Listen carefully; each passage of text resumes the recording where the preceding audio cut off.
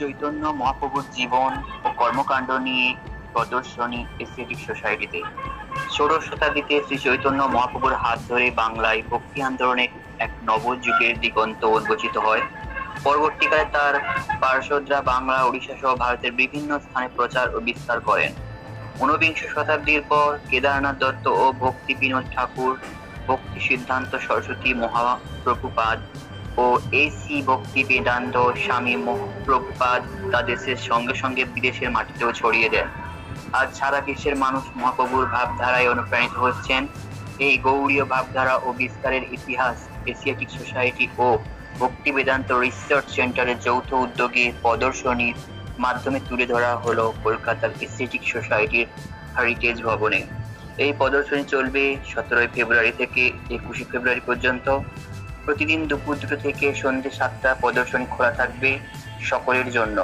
ভক্তি বেদান্ত রিসার্চ সেন্টারের রিসার্চার ও কিউরেটর সৌরিশ দাস জানান, প্রদর্শনীতে তুলে ধরা হয়েছে মহাপ্রভুর জীবন ও কর্মকাণ্ড নিয়ে তৎকালীন কিছু প্রামাণ্য পুঁথি, পেন্টিং ও রেপ্লিকা। মহাপ্রভুর হাতের লেখা পুঁথি যেটা গৌরাঙ্গ টোল মন্দির নবদ্বীপে রয়েছে, এছাড়াও এশিয়াটিক সোসাইটিতে থাকা বিভিন্ন পুঁথি ও দীপেন বোসের 1960 দশকের আঁকা মহাপ্রভুকে নিয়ে আঁকা নানা ছবি, সেগুলিও প্রদর্শিত হয়েছে। এছাড়া মহাপ্রভুর জীবন ও কর্মকাণ্ড নিয়ে প্রতিদিন নানা আলোচনার আয়োজনও করা হয়েছে।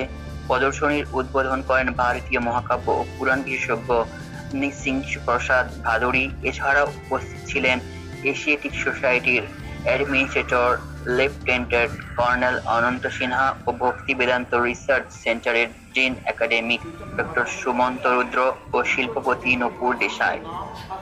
নৃসিংহ প্রসাদ ভাদুড়ী বলেন, মহাপ্রভুকে নিয়ে অনেক কাজ হয়েছে, এখনো অনেক কিছু কাজ বাকি আছে।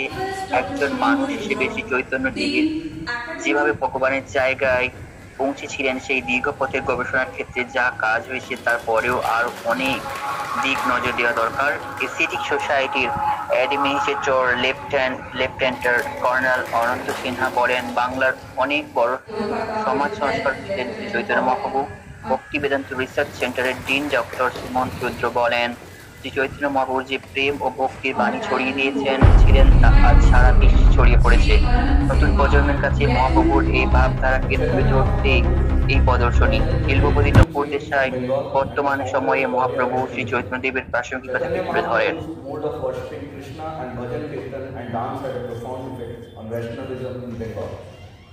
He is considered the chief opponent of Vedantic philosophy of Achintya Veda Aveda. However, the concept of inconceivable difference in non-difference, known as Achintya Veda, was developed later by one of the 6 Goswamis, that is Jiva Goswami, in his book Bhagavan Sandarbha. Sri Chaitanya Mahaprabhu, the Supreme Personality of Godhead, appeared in the role of his own devotee, inaugurated the Sankirtan movement, the congregational chanting of the holy names of the Lord. As the Yuga Dharma, the prime process of self-realization for this age, his life was the superlative embodiment of pure bhakti, transcending all material distinction of caste, creed and mundane erudition. Chaitanya Mahaprabhu খুব discipline personality, like Rabindranath. উনি কবিতা পড়লেই মনে হয় বুঝে গেছি, কিন্তু বুঝছে না। চৈতন্য মহাপ্রভু ভাবনা চিন্তা শুনি মনে হয় এখন সোজা ব্যাপার, এই করেছিলেন এই ব্যাপার। কিন্তু এই করার পেছনে যে স্ট্রাগলটা, সেটা যে কি, সেটা খুব বৃহৎ গবেষণার বিষয়। এবং আমার নিজের মনে হয়েছে তার আগে 500 বছর চৈতন্য মহাপ্রভু যখন হলো, তখন প্রচুর বই বেরোলো, ভিড় পড়ে গেল।